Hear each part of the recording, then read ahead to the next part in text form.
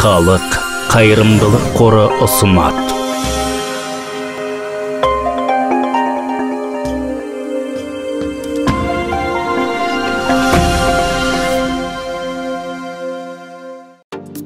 Қималар әдісі статикалық түрде анықталатын жазық фермалардағы күштерді анықтауға арналған өте әсерлі құрал болып табылады. Есепті қарастырып көрелік. Егер түйінді әдісінің көмегімен көк элементтегі жүктемені анықтағыңыз келсе, онда келесі әдіспен бір түйіннен екіншісіне әсер етуге тура келеді. Яғни, аталған элементке әсер ететін күштерді анықтау үшін 5 түйінді талдау керек. Сондықтан 10 теңдеуді шешу қажет болады.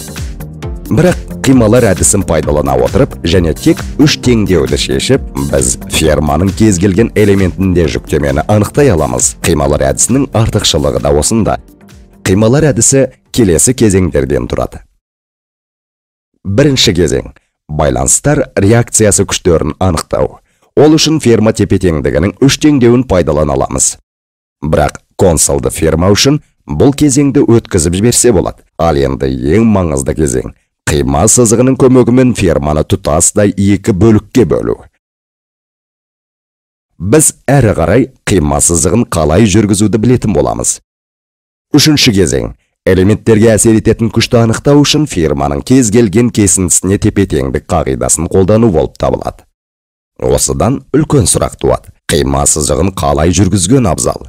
Қима сызығы ішкі күштерді анықтауға қажет біліктер арқылы өтуі керек. Қима сызығы ферманың 3 білігінен артық қиылыспауы қажет. Ол бізде тек 3 тепе-теңдік теңдеуі бар екеніне байланысты. Сондықтан біз тек 3 белгісіз күшті анықтай аламыз. Қима сызығын жүргізудің бірнеше мысалдарын қарастырайық. Бұл жағдайда, егер бірінші біліктегі күшті анықтау керек болса, біз қима сызықты келесі әдіспен жүргізе аламыз. Бұл сызық тек 3 білік арқылы өтеді. Сондықтан бұл сызық дұрыс. Егер екінші біліктегі күшті анықтау керек болса, біз қима сызығын былай жүргізе аламыз. Бұл жерде қима сызығы тек қайтадан 3 білік арқылы өтеді. Сондықтан біз белгісіз күштерді анықтай аламыз. Консолды ферманың бұл мысалында бір біліктегі әсер етуші күшті анықтау үшін қима сызығын мына жерде өткізіңіз.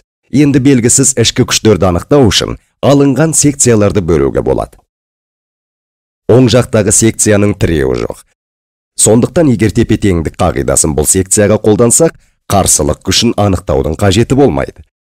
Барлық 3 кіші күштер сипаты бойынша созылмалы болып табылады деп ұйғарайық. Аталған секция тепе-теңдікте болғандықтан, көлденең күштердің қосындысы 0-ге тең. Тік күштердің қосындысы 0-ге тең. Және кез келген нүктеде фермаға әсер ететін күштермен жасалатын момент 0-ге тең. Осы теңдеулерді пайдалана отырып, 3 белгісіз күшті анықтауға болады. Қима әдісін пайдалана отырып, қима сызығы тимейтін біліктерде әсер ететін күштерді толығымен жоюға болады. Егер анықтау кезінде қандай да бір күштің белгісі кері болса, бұл білік қысылып тұрғанын білдіреді. Енді алдыңғы мысалды қарастырайық. Бірінші кезең – еркін дене сызбасындағы күштерді анықтау.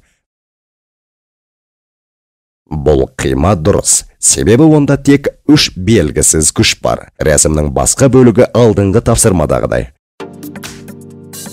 Дәрісті бітірмес бұрын, қима әдісінің ерекшеліктерін қорыта өтейік. Егер сіздерге барлық емес тек кейбір біліктердегі күшті анықтау керек болса, онда қима әдісін таңдағаныңыз әлбетте абзал.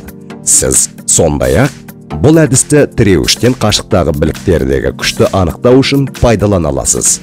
Сондықтан қима әдісі тез, ал түйіндер әдісі көп еңбекті қажет ететіні анық.